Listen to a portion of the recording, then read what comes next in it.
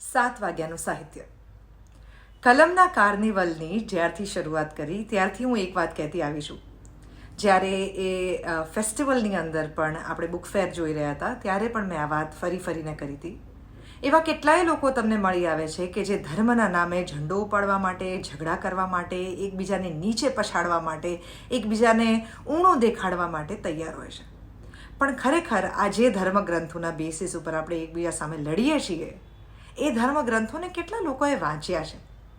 એ વાંચ્યા છે તો કઈ ભાષામાં વાંચ્યા છે? જાતે વાંચ્યા છે કે કોઈકે વાંચ્યા છે જેનો તમે કોઈ મિનિંગ સમજ્યા છો અને એ મિનિંગ તમારા સુધી પહોંચતા પહોંચતા કેટલી વાર ફિલ્ટર થયો છે, ચાઇનીઝ વિસ્પરની જેમ કેટલી વાર બદલાયો છે ને તોય હજી તમે એના માટે શું લડત ચાલુ રાખી છે? તમે એના મૂળ સોર્સ સુધી ગયા છો કે નહીં? એને પોતાની માતૃભાષામાં વાંચ્યું છે કે નહીં? એને માતૃભાષામાં જેણે કન્વર્ટ કર્યો એણે એ વખતે એનો કેટલો અર્થ બદલી નાખ્યો છે એના વિશે ક્યારે વિચાર્યું છે કે નહીં? આ બધું પણ કોઈ દિવસ વિચાર્યું છે કે નહીં? આ બધા પ્રશ્નો મેં તમારી સામે મૂકેલા. ગીતા હોય કે પછી રામાયણ હોય કે મહાભારત હોય કે વેદ હોય કે બીજા ધર્મોની વાત કરીએ આપણે તો તમારી પાસે બાઇબલ હોય, આ બધું જ એ વાંચવું જરૂરી બની જાય છે. તમે માનો છો કે અલ્લાહે આ કીધું છે પણ તમે કુરાન વાંચી છે ખરી? તમે વિરોધ કરો છો કે જીસસ તો આવું કહેતા હતા પણ તમે ક્યારેય બાઇબલ વાંચી છે ખરી? તમે ગીતા માટે થઈને બહુ જ ગૌરવ લેતા હો પણ તમે શું ગીતાને બરાબર સમજ્યા છો? અને જો આ બધામાંથી કોઈ પણ પુસ્તકને તમે બરાબર સમજ્યા હો તો તમારી અંદર માનવતાવાદ એ સૌથી વિશેષ વાદ હોવો જોઈએ, વિવાદથી પણ ઉપર. આ વાત તમારી અંદર બની છે કે નહીં એ જાતે ચેક કરવાનો મામલો છે. નોબડી કેન જજ યુ. હું પણ નહીં, કોઈ પણ નહીં. આજે આપણે ગીતાની વાત કરવાના છીએ. ભગવદ્ ગીતા એ દરેક વ્યક્તિએ વાંચી જ હોય એવું જરૂરી નથી. એના ઘણા બધા અનેક સ્વરૂપો જે છે એ જુદા જુદા લોકોએ લખ્યા છે. તમે એમાંથી કયું સ્વરૂપ વાંચ્યું છે, કયા વિશે જાણ્યું છે મને નથી ખબર. એક બહુ જ સુંદર નાનકડું પુસ્તક ઘરની અંદર વસાવવા જેવું છે કે જે આજે 7 વાગ્યાના સાહિત્યમાં તમારી સાથે શેર કરવાની છું. આનું નામ છે અનાસક્તિ યોગ.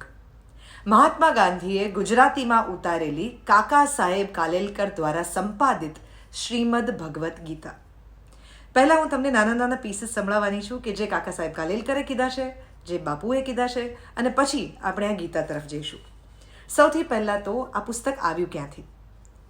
કાલેલકર સાહેબ કહે છે, ગીતાની શિખામણ આશ્રમવાસીઓના ધ્યાનમાં સરળતાથી આવે એટલા ખાતર પૂજ્ય ગાંધીજીએ જેલમાંથી કાગળો દ્વારા 18 અધ્યાયનો સાર લખીને મોકલ્યો હતો. તે ગીતા બોધને નામે પ્રગટ થયો. કેટલાક મિત્રોએ મને લખ્યું કે ગીતા બોધમાં જેમ દરેક અધ્યાયનો અલગ સાર આવેલો છે તેમજ એને અંતે આખી ગીતાનો એક ટૂંકો અને સળંગ સાર આવી જાય તો સારું. આ વાત જ્યારે મેં ગાંધીજી આગળ રજૂ કરી ત્યારે એમણે કહ્યું કે એ તમારું કામ છે. હું નથી માનતો કે એને માટે હવે હું વખત કાઢી શકું. અત્યારે મારો આખો વખત ગીતા જીવવામાં જાય છે. એમાંથી ગીતા વિશે લખવા માટે સમય કેવી રીતે કાઢું? છતાં મારી માંગણીઓ ચાલુ જ રહી. અનેક વાર પૂછી જોયું પણ ગીતાનો સળંગ સાર એમની પાસેથી હું લેખબદ્ધ ન કરાવી શક્યો. શ્રીમદ ભગવદ્ ગીતાનો અનુવાદ લખતી વખતે ગાંધીજી ગીતા જીવન જીવવાના પોતાના અખંડ અને ઉત્કટ સાધનામાંથી માંડ વખત કાઢી શક્યા. મુસાફરીમાં પ્રથમ રોજ એક જ શ્લોકનો અનુવાદ કરી લેતા પણ તે અત્યંત નિયમિતપણે. આગળ જતા એક દિવસ, બે દિવસ, 3 શ્લોકોના અનુવાદ કરી લેતા. આમ કરતાં હિમાલયમાં કૌસાનીના મુકામમાં તારીખ 26/6/1929 દિવસે આ અનુવાદ એમણે પૂરો કર્યો. ત્યાર પછી ગીતાના અભ્યાસી એવા 3-4 આશ્રમવાસીઓ આગળ એમણે ચર્ચા કરી. અમે એ અનુવાદ જોઈ ગયા. અર્થની બાબતમાં અનેક ઠેકાણે સુધારા સૂચવ્યા.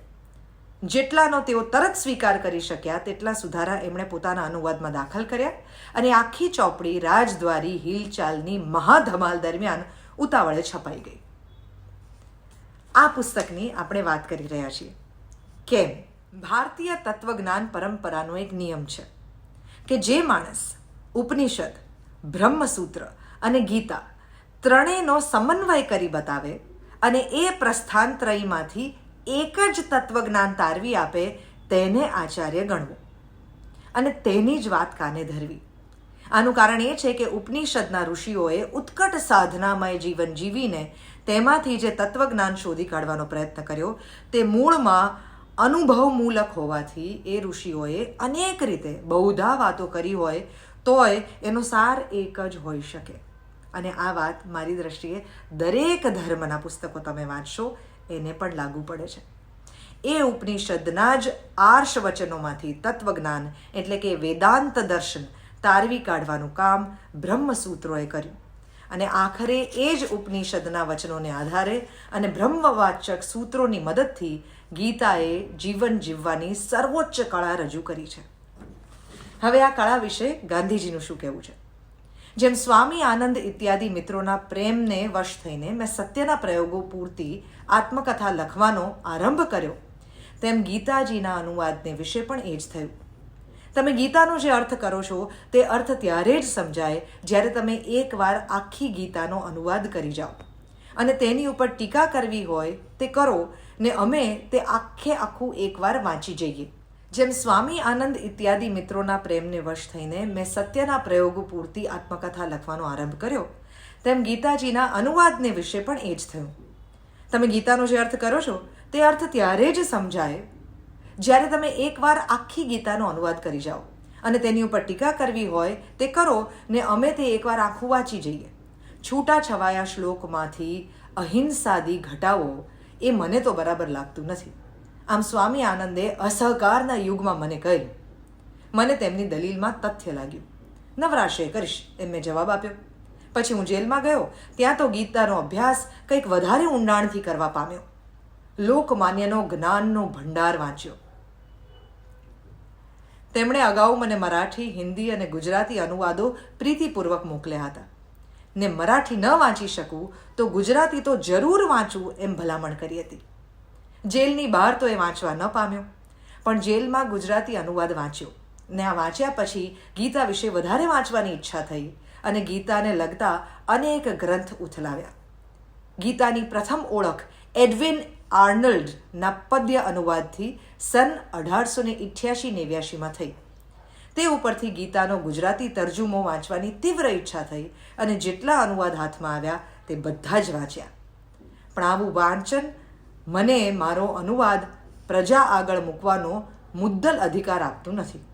વળી મારું સંસ્કૃતનું જ્ઞાન અલ્પ, ગુજરાતીનું જ્ઞાન જરાય સાક્ષરી નહીં, ત્યારે મેં અનુવાદ કરવાની ધૃષ્ટતા કેમ કરી? ગાંધીજી પૂછે છે. હા, ગીતાજીને હું સમજ્યો છું તેવી રીતે તેનું આચરણ કરવાનો મારો અને મારી સાથે રહેલા કેટલાક સાથીઓનો સતત પ્રયત્ન છે. આચરણ કરવાનો આ શબ્દ ધ્યાનમાં રાખજો. ગીતા અમારે સારું આધ્યાત્મિક નિદાન ગ્રંથ છે.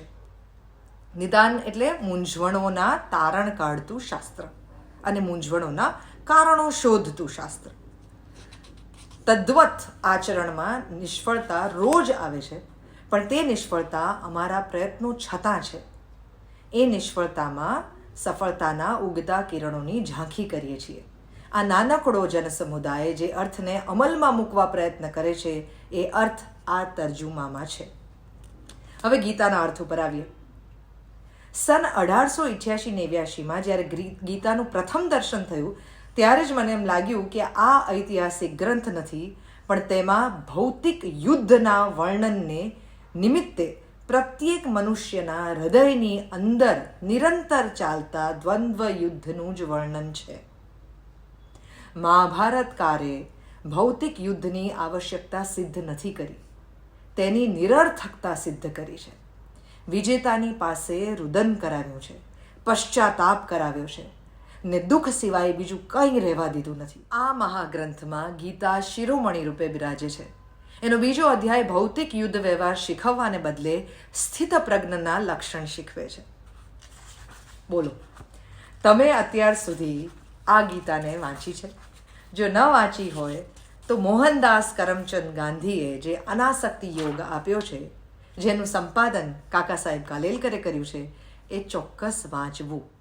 અર્જુન વિષાદ યોગ, સાંખ્ય યોગ, કર્મયોગ, જ્ઞાન કર્મ સંન્યાસ યોગ, ધ્યાન યોગ, જ્ઞાન વિજ્ઞાન યોગ, રાજવિદ્યા રાજગૃહ યોગ, અક્ષર બ્રહ્મ યોગ, વિભૂતિ યોગ, વિશ્વરૂપ દર્શન યોગ, ભક્તિ યોગ, ક્ષેત્ર ક્ષેત્રજ્ઞ વિભાગ યોગ, ગુણત્રય વિભાગ યોગ, પુરુષોત્તમ યોગ, દૈવાસુર સંપદ વિભાગ યોગ, શ્રદ્ધાત્રય વિભાગ યોગ અને સંન્યાસ યોગ. બધું જાણીએ પછી વૈચારિક યુદ્ધો લડીએ. એક ધર્મ કે બીજા ધર્મ કે કોઈ પણ ધર્મની સામે થવા માટે પહેલાં વ્યાખ્યા તો સમજીએ. આજનું 7 વાગ્યાનું સાહિત્ય. કાલે પાછા મળીશું.